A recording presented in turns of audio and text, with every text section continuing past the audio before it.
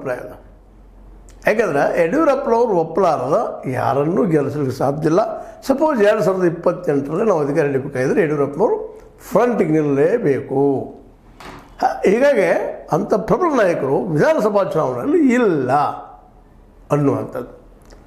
ಇನ್ನು ಕಾಂಗ್ರೆಸ್ನಲ್ಲಂತ ಸಹಜವಾಗಿ ನಿಮಗೆ ಗೊತ್ತಿದೆ, ಸಿದ್ದರಾಮಯ್ಯ ಬಿಟ್ಟು ಹೊರಟಿದ್ದಾರೆ. ಹೀಗಾಗಿ ಅವ್ರು ಯಾರಿಗೆ ಸಪೋರ್ಟ್ ಮಾಡ್ತಾರೆ ಅವರನ್ನು ಅಲ್ಲಿ ಲೀಡರ್ಶಿಪ್ ಬೆಳೆಸೋ ಸಾಧ್ಯಗಳಿದ್ದಾವೆ.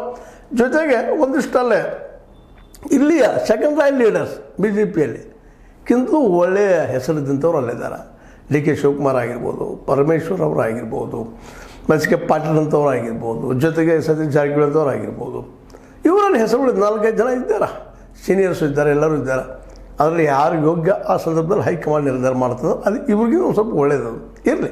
ಇಲ್ಲಿ ನಾವು ಬಿ ಜೆ ಪಿ ಬದಲಾಗಿ ವಿಚಾರ ಮಾಡಿದಾಗ ವಿ ಸುನೀಲ್ ಕುಮಾರ್ ಒಳ್ಳೆಯ ಮಾತುಗಾರರು, ಬುದ್ಧಿವಂತರು ಮತ್ತು ಹಿಂದುತ್ವವಾದಿಗಳು ಪ್ರಬಲವಾದ ಇವೆಲ್ಲ ನೆಲೆಯಲ್ಲಿ ಅವರು ಯೋಗ್ಯರು ಅಂತೇಳಿ ತಟಸ್ಥಮನದವರ ಅಭಿಪ್ರಾಯ. ಮತ್ತಿನ್ನು ಸೋಮನ್ ಅವ್ರಿಗೆ ಇರುತ್ತಿರುವಂಥ ಪ್ಲಸ್ ಪಾಯಿಂಟ್ ಏನಪ್ಪ ಅಂತಂದ್ರೆ ಅವರು ಲಿಂಗಾಯತರು, ಹಿರಿಯರು, ಜೆ ಡಿ ಎಸ್ ಸಹಿತ ತಮ್ಮ ತೆಕ್ಕೆಯಲ್ಲಿ ತೆಗೆದುಕೊಂಡು ಹೋಗುವಂಥವ್ರು. ಯಾಕಂದರೆ ಜೆ ಡಿ ಎಸ್ ಮತ್ತು ಬಿ ಜೆ ಪಿ ಇವತ್ತು ದೋಸ್ತಿ ಇದ್ದಾವೆ. ನಾಳೆ ಏನಾಗ್ತದೆ ಗೊತ್ತಿಲ್ಲ, ಬೇರೆ. ಯಾಕಂದರೆ ರಾಜಕೀಯ ಪಕ್ಷಗಳನ್ನು, ಈ ರಾಜಕೀಯ ನಾಯಕರನ್ನ ಇವತ್ತು ನಂಬದಂಥ ಸ್ಥಿತಿ. ಯಾರು ಎಲ್ಲಿರ್ತಾರೋ, ಎಲ್ಲಿ ಕುಳಿತಿರ್ತಾರೋ, ಎಲ್ಲಿ ಯಾವುದು ಭೇಟಿ ಸಿಗ್ತಿರ್ತಾರೋ ಆ ಭೇಟಿಯ ಕಡೆ ಲಕ್ಷ ಇರ್ತದೆ, ಅವ್ರಿಗಿನ ಪಕ್ಷದ ಕಡೆ ಅಲ್ಲ. ಹೀಗಾಗಿ ಯಾರೋ ಗೊತ್ತಿಲ್ಲ.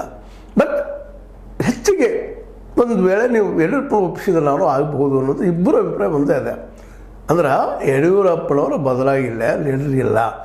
ಇನ್ನು ಯಡಿಯೂರಪ್ಪನವರು ತಮ್ಮ ಮಗನ ಬಿಟ್ಟು ಮತ್ತೊಬ್ಬರನ್ನ ಮಾಡಿಕೊಡೋದಿಲ್ಲ ಅನ್ನುವಂಥ ಸ್ಥಿತಿಯೊಳಗೆ ಅವರಿದ್ದಾರೆ.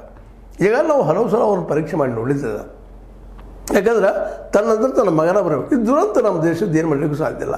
ಎಲ್ಲ ರಾಜಕಾರಣಿಗಳು ಇದು ಅಪ್ಲೈ ಆಗುವಂಥ ವಿಷಯ.